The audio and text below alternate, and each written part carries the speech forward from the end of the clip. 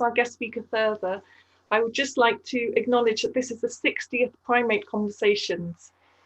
And I just would like to acknowledge all the hard efforts of Susanna Carvalho and members of her lab to create this Primate Conversation series. And also to thank all of the speakers this term for their wonderful and stimulating talks. And we really look forward to your Seheno today. And also to all speakers, all the 60 speakers that we've had in the Primate Conversation series so far.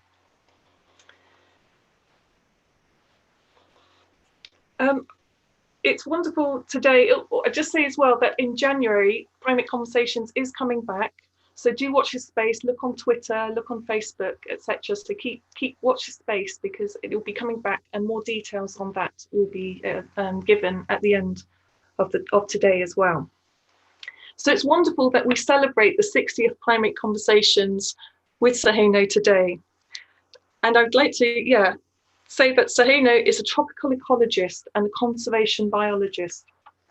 She obtained a PhD in ecology and evolutionary biology at the University of Antananarivo, Madagascar, and also at the Agricultural Research Centre for the Development in France.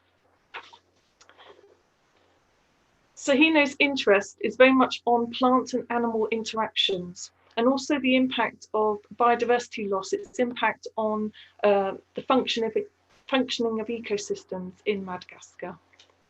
Her current focus includes understanding seed dispersal by megafauna, including that of extinct giant lemurs and their role as primary seed dispersers of Malagasy baobabs.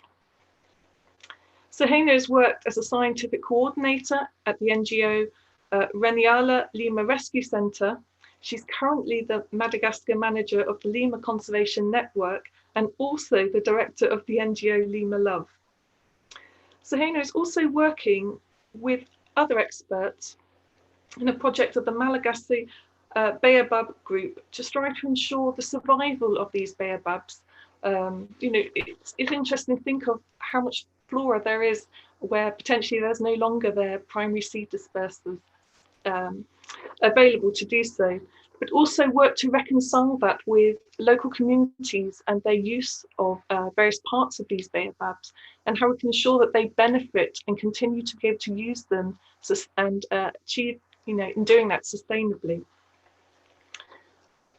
Amongst all this as well, Seheno also volunteers for the Akala STEM, which works to empower future Malagasy women. So I'm just amazed at how much you are doing, and we're very glad that you're here today. I think all of us are going to come away with interesting insights. This, very much a focus for all of us who study wildlife in the Anthropocene. This is very, very important to understand and gain further insight into engaging with local communities. I'm sure many of us appreciate that, and we very much look forward to hearing your talk today. So thank you so much for joining us, and I'll pass over to you.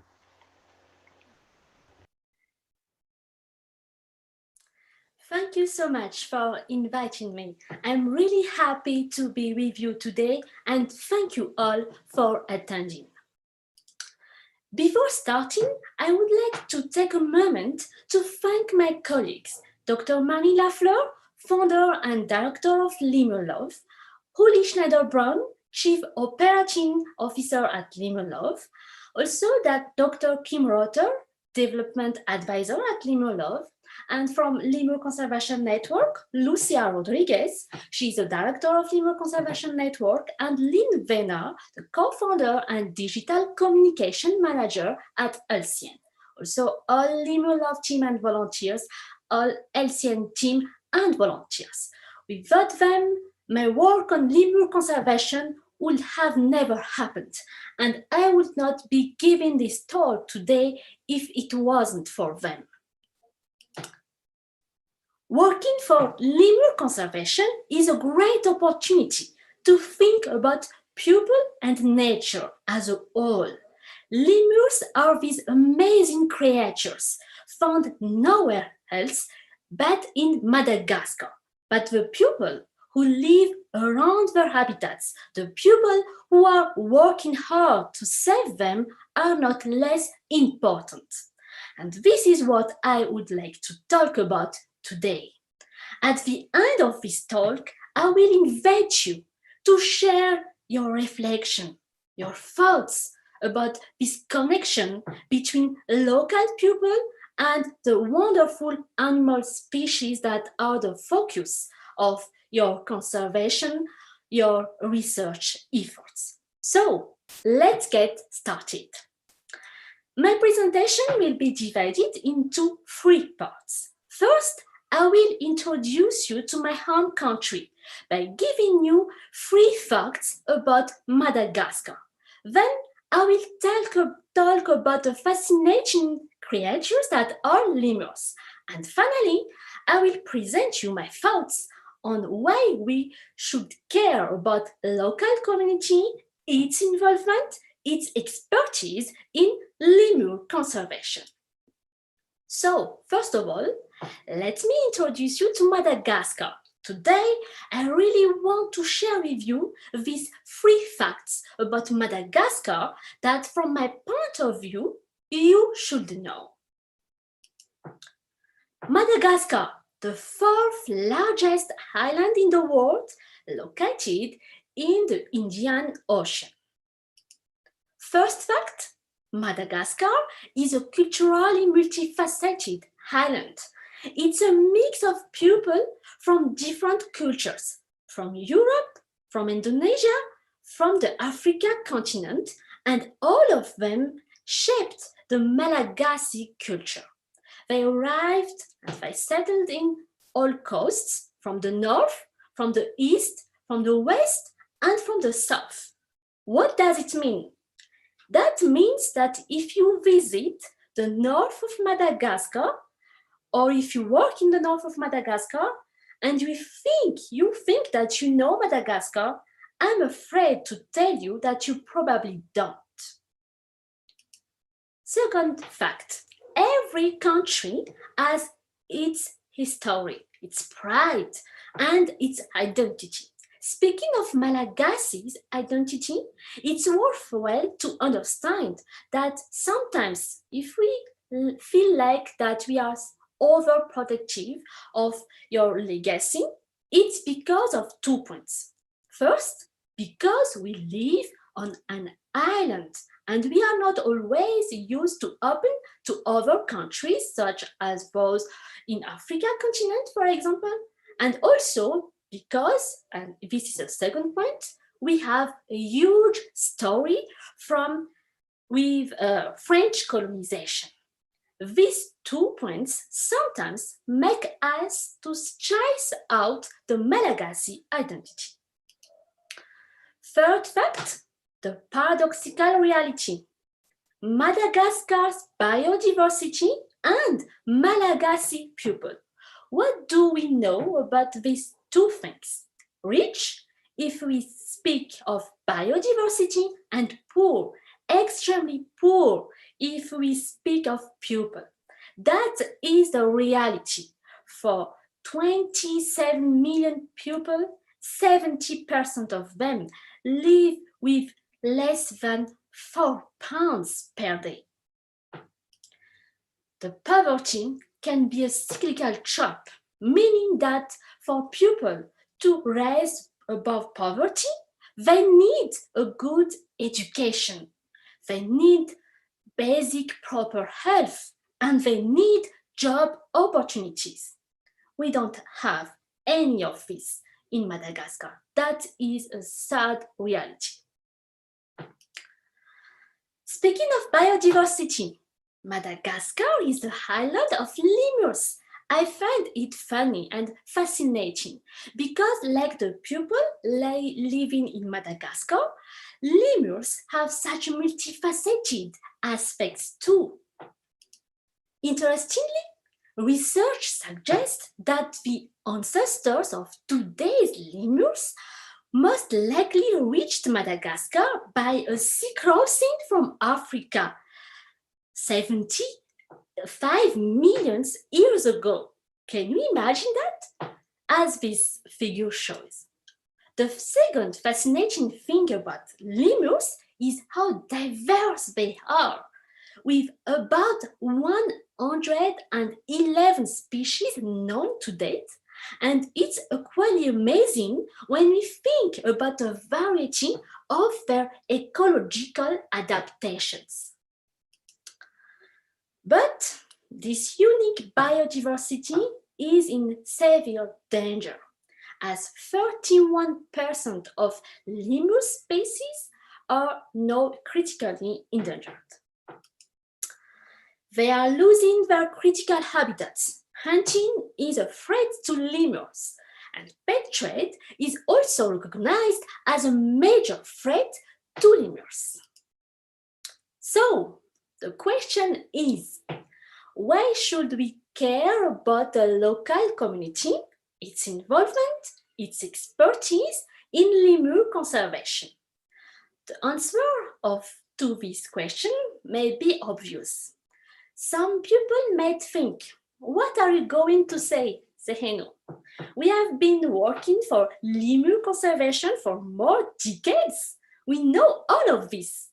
I would say that may be true, but perhaps it's also time now to have the conversation about one aspect of conservation strategy that we already certainly have, not to deliver morality, but to give ourselves an opportunity to take a step back and say, what aspects should we focus more on and give it a try?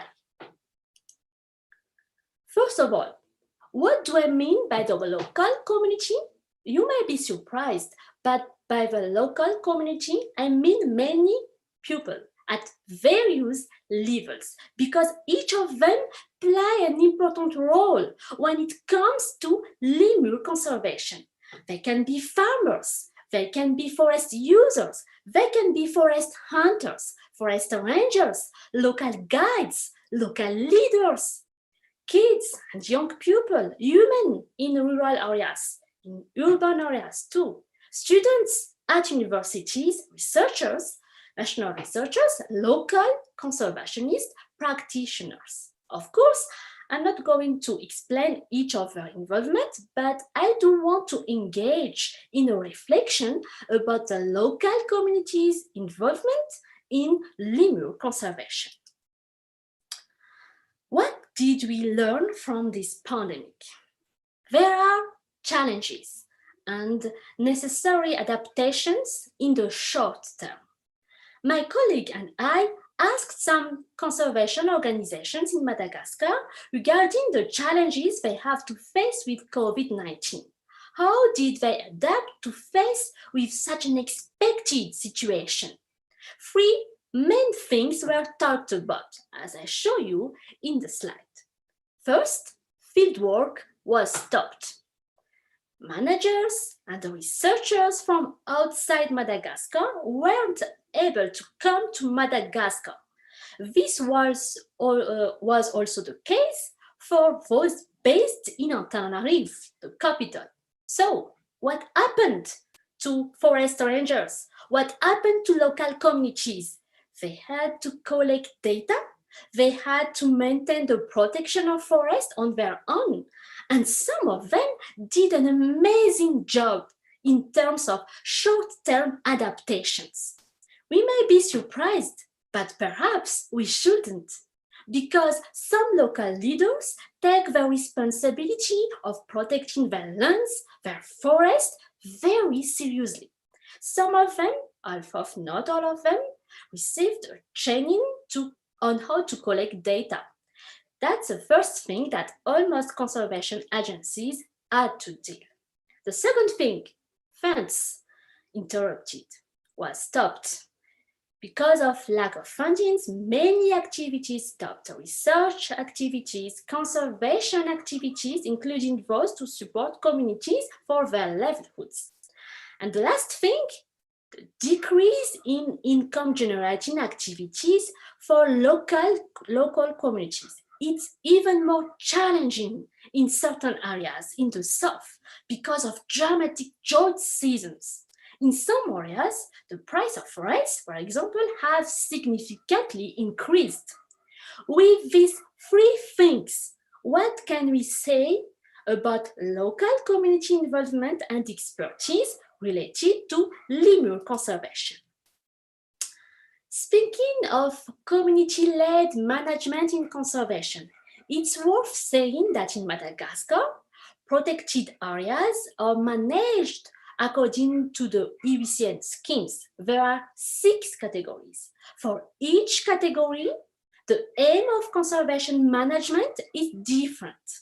The category 1A includes strictly protected areas, 1B for the protection of slightly modified areas. The category 2, it includes national parks where the protected areas are large and scientific visitor opportunities are allowed in those areas. The category 3, it includes nature monuments. The category 4 is for habitats or management of an area to protect specific ecosystems or specific species. And for the remaining categories, category 5 and category 6, local communities can have a role in a conservation management. For category 5, protected landscape or seascapes, we must emphasize the association of nature conservation with other aspects, social and economic aspects. In the category 6, the goal is to promote sustainable use of resources, and here multiple actors, including local communities, are involved, and that's why we have the designation of co-management in these categories. So in Madagascar, in for example, category 6, around 13% of protected areas are co-managed with local communities. The data is from a 2018 paper. It might be not exactly accurate given there are recently new protected areas, but it's worth saying that there is an engagement from conservationist managers, from funders to put the community in a part of that management. How does it work in reality? I think there are many successes, but we still need to improve the management and to truly involve local community. For a long-term strategy in preparation of any future pandemic crisis, if there is a real co-management, the local community can take actions without having to wait for those from Antananarivo or from abroad. There was a workshop recently in Antananarivo with many stakeholders, including the Ministry of Environment. So it's great to see that we recognize the need for change, the need of improvement in community-led management in conservation. How can we increase local involvement? There are 3 words that resonate in my mind: recognize, act, and share. Recognizing the traditional knowledge, recognizing that we need local governance. I think the term itself, the recognition, is really important. Listening, trying to understand what's going on in the field. What's the connection that a community already has with nature? Act. Whatever power you have, act. Take an action to change something that you are convinced of, even if you know that there is a system that is already in place. Share your knowledge, contribute to capacity building, share so it would be help to improve the local expertise. And speaking of local expertise, I want to bring your attention to 2 points. The first point, for those stakeholders or actors who live around lemurs habitats, who depend on natural resources to survive, what areas of expertise do they need to have a place in decision-making, in conservation management? It's not just expertise that we want them to have. They need training on how to collect data. Leadership skills, right? But to have a true involvement in conservation management, what area of expertise do they want? Do they need? I don't have the answer. Local communities do. The second point, an example of Malagasy students' expertise. We talked about education before, and we know that the level of education at university in Madagascar is very low. We are clearly not competitive with other African students, with students from other countries. However, partnering and collaborating with developed universities is important to ensure transfer knowledge and expertise. And in that case, we should recognize that the collaboration should be a win-win case. Researchers or PhD students from developed countries want to conduct research and bring their expertise. And pairing with students should be a priority to ensure a real inclusive collaboration. Local expertise cannot be increased if the local student is just a field assistant and the field work just being a part of his or her master's degree, for example.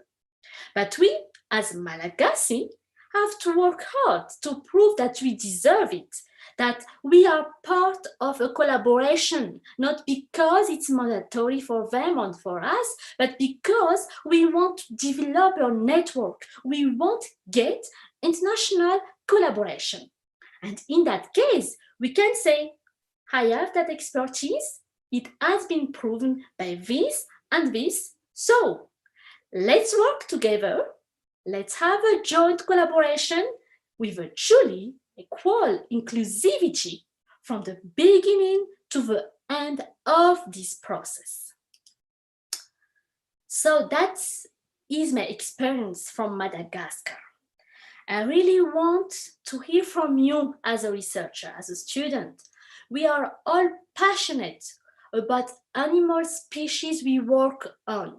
But the thing is, how can we bring this passion to make a difference and to stand up, to say we really want to contribute to saving these animal species? What would you like to change? If you have the power to change something big, and what would you like to change for you? For me, my take-home message is, I would say, let's take a step back and let's think on how can we improve your approach in conservation. And increasing local communities' involvement means having a truly co-management. Increasing local expertise means having a real inclusive collaboration.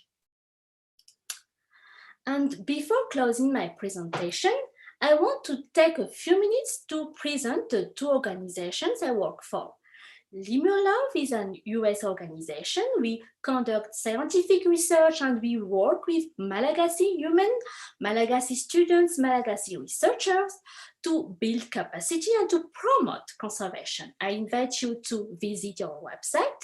Also, Lemur Conservation Network, or LCN, it units over 60 conservation organizations working to protect other lemurs, and many of your members work with local communities and support Malagasy people.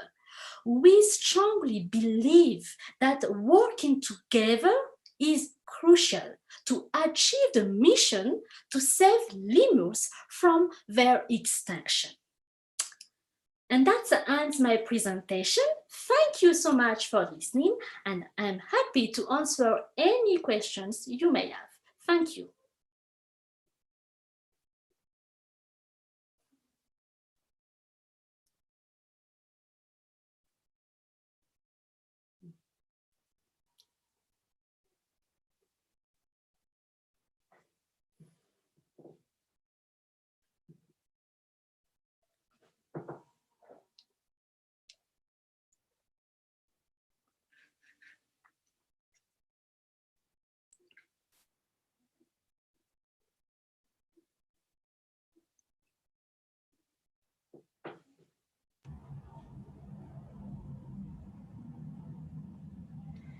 Thank you so much, Seheno, for a wonderful talk.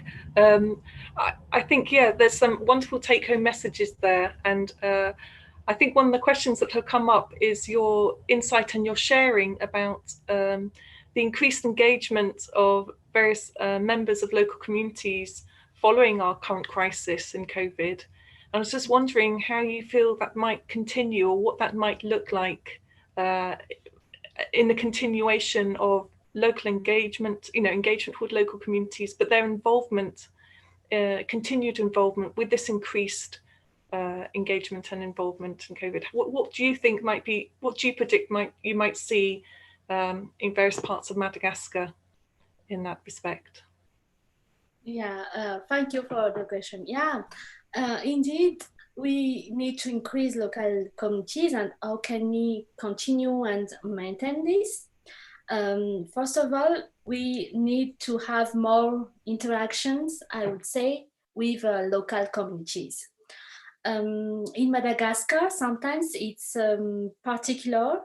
We have to have many meetings with local communities, but just not meeting. We have to understand each local context, because in Madagascar, there are many regions that have, when I talked about connection with natures, and I talked about cultures, we have to consider all of these aspects to continue the maintaining of their engagement. In speaking of lemur conservation, the relation, the connection that Malagasy people have with lemurs, it's different when we talk in north and in the south. There are many threats to lemurs, as I mentioned, but really engagement from local communities start with more interaction with them and trying to understand the local context. So I hope that it may answer to your question.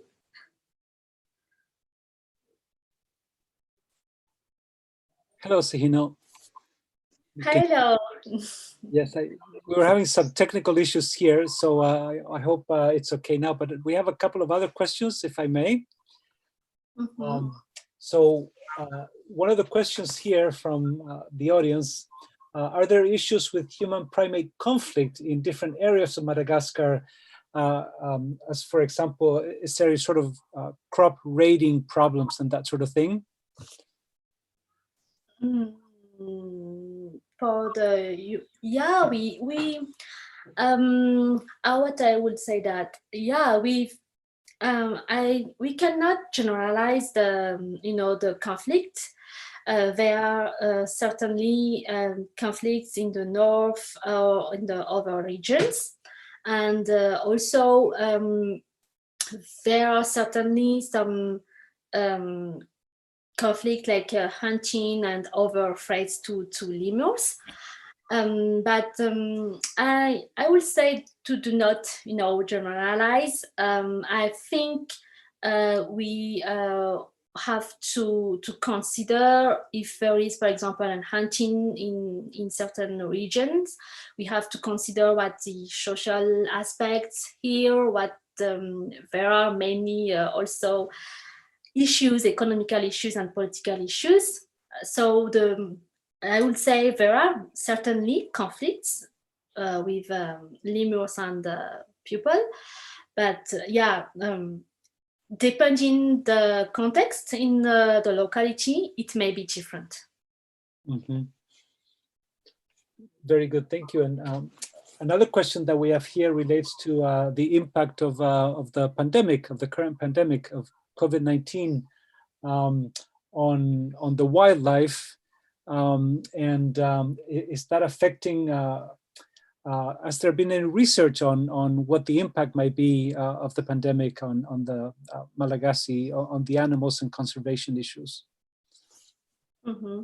Yeah, thank you for the question. Indeed, there are some researches from the start of the pandemic. We are really concerned about lemurs' health because we had,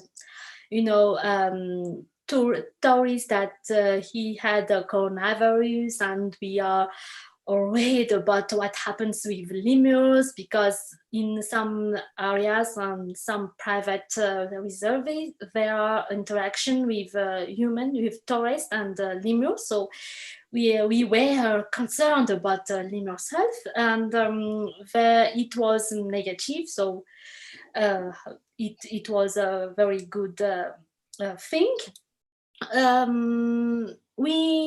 We do not have time to do research, to have what significantly impact. We have to do this. But yeah, for instance, what we said for Malagasy wildlife, it is very positive and also negative, because positive maybe for certain areas they are less interacting with human, and maybe just an assumption from me. The behavior of lemurs maybe change during this lockdown. There is also a negative impact, very negative impact, because ecotourism and tourism is the income activities for national parks, and to maintain the protection of forest we need money from the tourism and ecotourism. And when there was a lockdown and until now borders are closed, so maintaining protection of forests is very challenging now. Mm-hmm.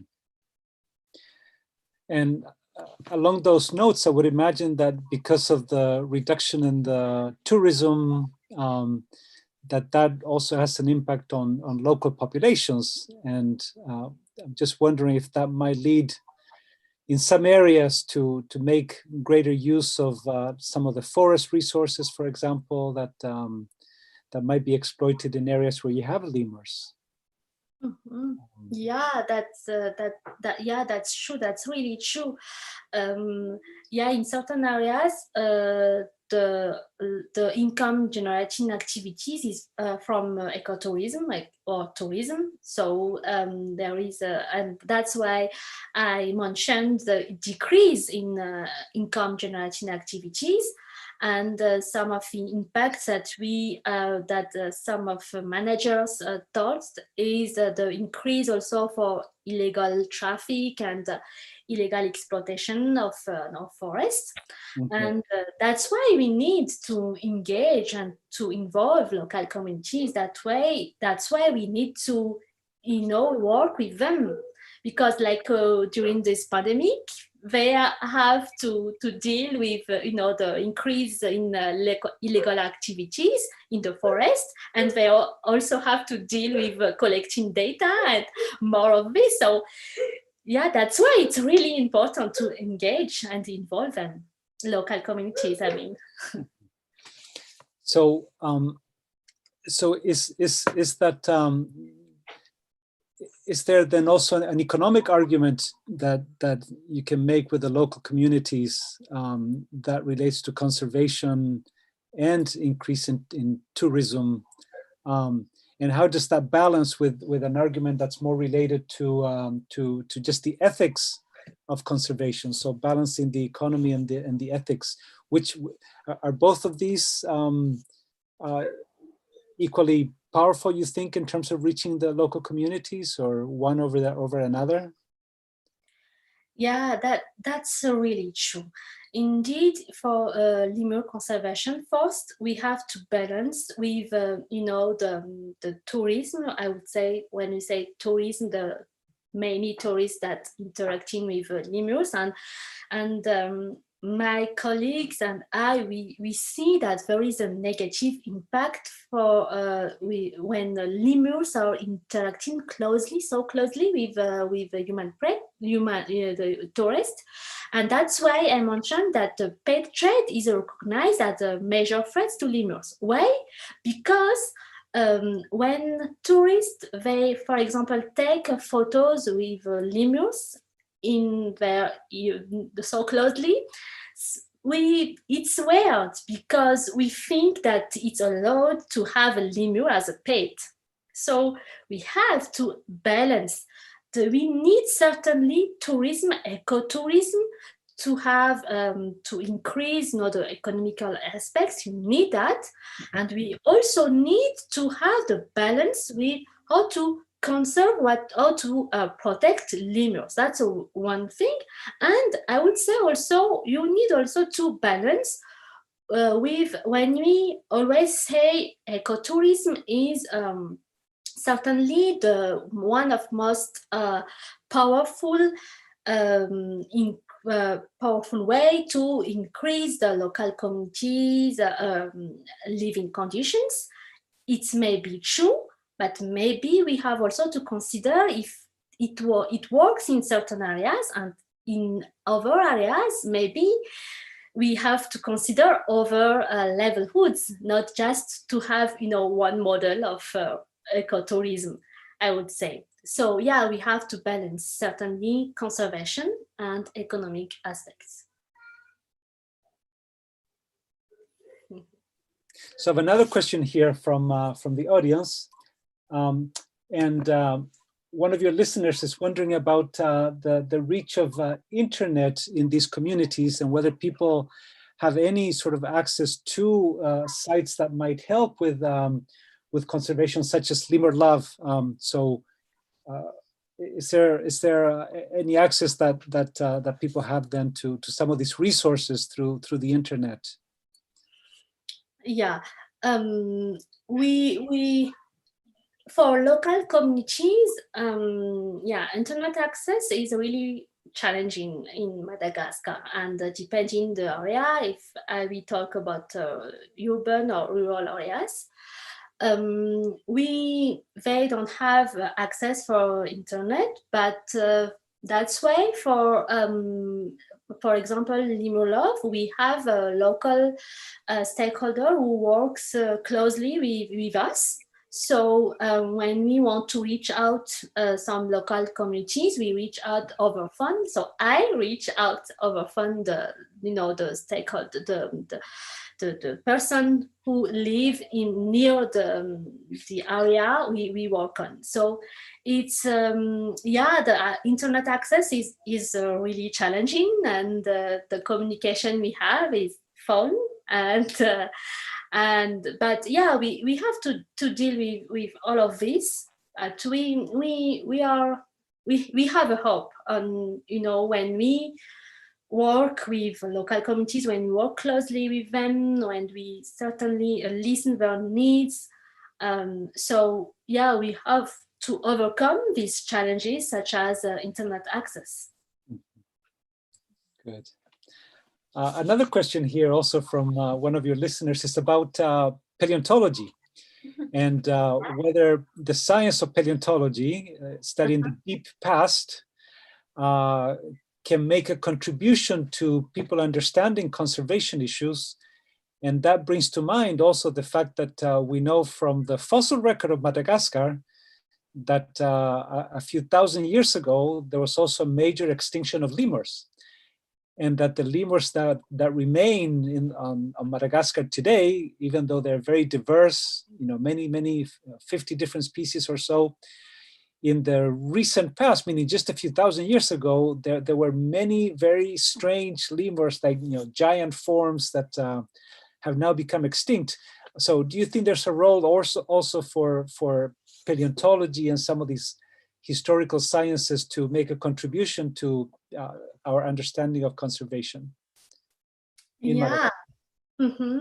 Yeah, that's a really good point.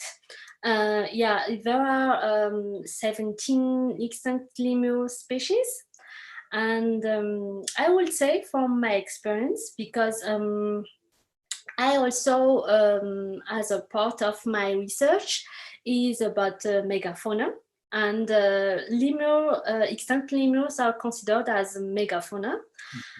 We have to, contribute to understand conservation, because when we understand more what happens with megafaunal extinction, what's the consequences or what the impacts of megafaunal extinction for wildlife or for plant species that rely on them. For example, for seed dispersal, it is my area of expertise, so I would take this example. And so we have the paleontologists and historical scientists. They have an important role to understand what happens in the past, and Madagascar is such a model case study to understand what happens with the climate change. There was a drought, and also the impact of the humans when they arrived in Madagascar.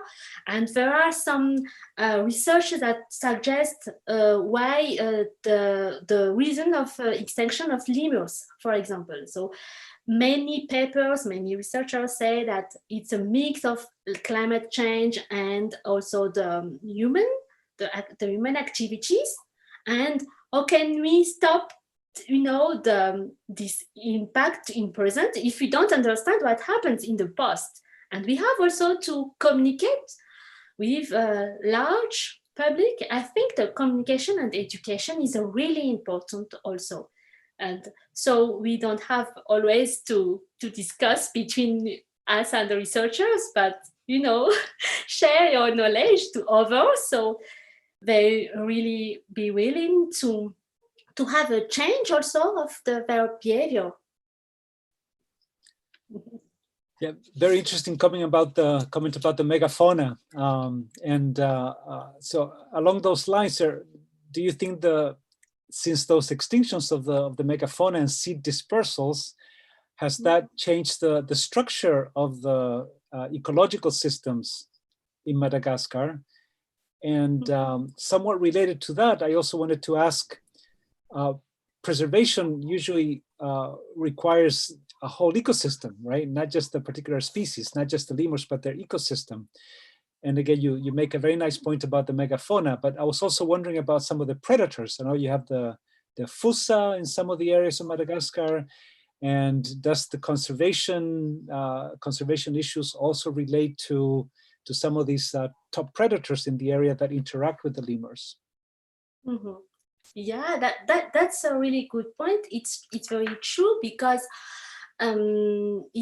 we certainly need to understand the whole ecosystem.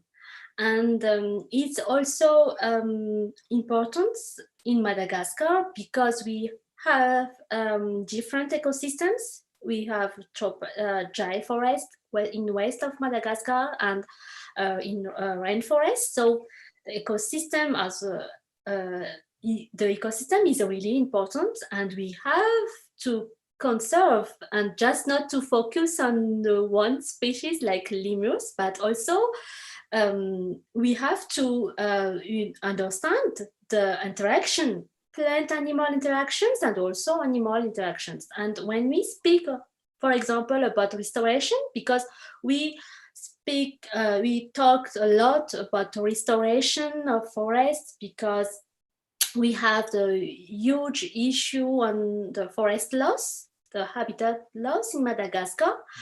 And we have to consider the interaction, the plant-animal interactions, and for example, for extinction of megafauna, some conservationist managers may think that we don't have to understand what happened in the past and for understanding megafaunal extinctions. And I would say it's not true, because we have to understand what the impact of megafaunal extinction on the plant species. So you have to understand what happened with these plant-animal interactions to be able to restore the whole ecosystem. So we have to understand all of this, I think. Very good. Let me see. I think we we have maybe one more question here from the audience. And this is this is from a colleague of ours who's from a country right across the Mozambique channel from you. Oh, So from a colleague from Mozambique. And the question is, what are the most current challenges in the program involving local communities and in currently? That's what he would like to know. And this is a person who works again in Gorongosa National Park, so just on the other side of the channel from where you are. yeah, thank you for this question. I would say there are many challenges. From my point of view, the one challenge to involve local communities is the lack of education, I would say. The lack of education is very challenging, and also we need to have more recognizing for the local traditional knowledge. Sometimes we always think that when we talk about connection between nature and community, we have certain thoughts that a community doesn't have the connection with nature, and it's challenging to change your mind, because we know that there is a need for change. We know, for example, there is a climate change, so people, they have to change their behaviors, but we need to balance also, and to have to recognize that when we want to work in the locality, these local communities have already a connection with nature. So what is the connection? And this, the communication, this interaction, it's sometimes challenging, and not to judge the managers, but I think it's very it's not easy to understand this. And also the lack of education. I mentioned that before. We 80%. I think 80% of people, they don't have, the access of good education. And that's why also many conservationist managers, they have a priority to educate people. And when we talk about people, there are also kids, and we know that they can transfer knowledge to their parents to understand what we need to change from now to have the human being, the well-being, and to live in harmony with nature. But because in the past it hasn't, it's different. So that's why many conservation managers, they have a priority to educate and have educational program in the school. And also because, and I have to say that we don't have enough environmental education in Madagascar.